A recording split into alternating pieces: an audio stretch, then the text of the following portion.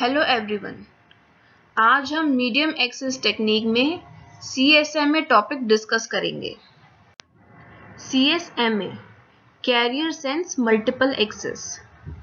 The chance of collision can be reduced if a station senses the medium before trying to use it. मतलब collision के chances कम हो जाएंगे अगर station medium को use करने से पहले उसे सेंस कर ले। CSMA requires that each station first listens to the medium before sending. CSMA में सारे स्टेशन पहले मीडियम को सेंस करते हैं फिर डेटा सेंड करते हैं। CSMA is based on the principle sense before transmit और listen before talk. CSMA का प्रिंसिपल है sense before transmit या listen before talk. Now, CSMA can reduce the possibility of collision, but it can't eliminate it. The reason for this is shown in the above figure, a space and time model of CSMA network. Stations are connected to a shared channel. The possibility of collision still exists because of the propagation delay. CSMA की वजह से collision की possibility बहुत कम हो जाती है पर खत्म नहीं होती। जैसा अपन डायग्राम में देख सकते हैं कि कोलिजन के चांसेस अब भी हैं प्रोपोगेशन डिले की वजह से। Vulnerable time. The vulnerable time for CSMA is the propagation time TP। CSMA में वल्नरेबल टाइम होता है TP, मतलब प्रोपोगेशन टाइम के बराबर। जैसा डायग्राम में देख सकते हैं, क्योंकि स्टेशन A की first bit station D TP time के बाद सेंस कर पाएगा, तो वल्नरेबल टाइम हो गया प्रोपोगेशन टाइम के बराबर। Persistence method. 3 methods devised to tell what should a station do if the channel is busy and idle. The one-persistent method, the non-persistent method, and the p-persistent method. Persistence method 3 type के होते हैं, one persistent, non persistent और P persistent. ये method बताते हैं कि station क्या करे अगर चैनल बिजी है और आइडल है तो अब तीनों परसिस्टेंट मेथड्स को एक एक करके देखते हैं।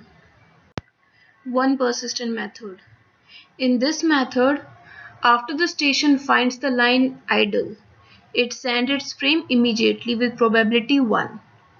This method has highest chances of collision because 2 or more stations may find the line idle and send their frames immediately.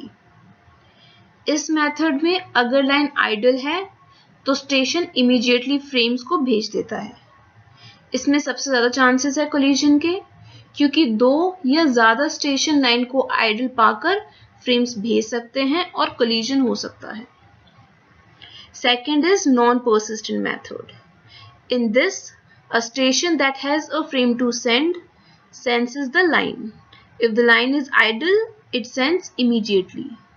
If the line is not idle, it waits a random amount of time and then senses the line again. This approach reduces the chances of collision because it is unlikely that 2 or more stations will wait same amount of time. This method reduces the efficiency of network because the medium remains idle when there may be station with frames to send. तो इस method में अगर station के पास frame है send करने के लिए तो वो लाइन को सेंस करता है। अगर लाइन आइडल है तो फ्रेम भेज देता है। अगर लाइन आइडल नहीं है तो रैंडम अमाउंट ऑफ टाइम के लिए वेट करता है और फिर से सेंस करता है। इसमें कोलिजन के चांसेस कम हो जाते हैं वन परसिस्टेंट मेथड के कंपैरिजन में। इस मेथड में एफिशिएंसी कम हो जाती है क्योंकि मीडियम काफी टाइम तक आइडल रहता है, जबकि स्टेशन के पास फ्रेम्स होती है भेजने के लिए। Now third one is P persistent method. In this method, the channel has time slots with a slot duration equal to or greater than maximum propagation time. The p-persistent approach combines the advantages of the other two strategies. It reduces the chances of collision and improves the efficiency. इस method में channel time slots में divide होता है। ये दोनों technique के advantages को use करता है। ये कोलिजन के चांसेस को कम भी कर रखता है और एफिशिएंसी को इम्प्रूव भी करता है। तो P persistent method best method है।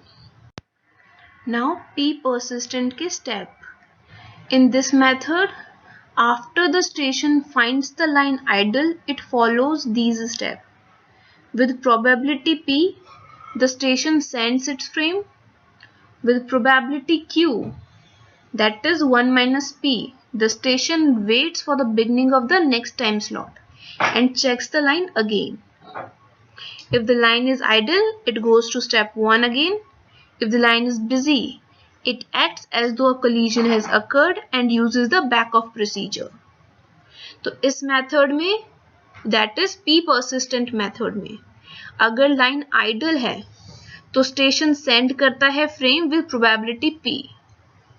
With probability Q, station wait करता है नए स्लॉट के लिए और लाइन फिर से चेक करता है। फिर अगर लाइन आइडल है तो वापस स्टेप 1 फॉलो करता है। अगर लाइन बिजी है तो बैक ऑफ प्रोसीजर फॉलो करता है। Now flow diagram for 3 persistence method. First is 1 persistent. इसमें स्टेशन कंटिन्यूसली सेंस करता है चैनल को और जैसे ही चैनल आइडल मिलता है फ्रेम ट्रांसमिट कर देता है। Second is non persistent method.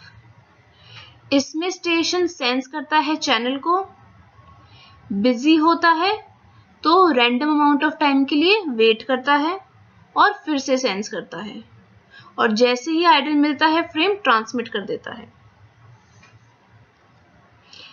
Now third one is P persistent method. इसमें स्टेशन कंटिन्यूसली सेंस करता है चैनल को। जब आइडल मिलता है तो प्रोबेबिलिटी चेक करता है।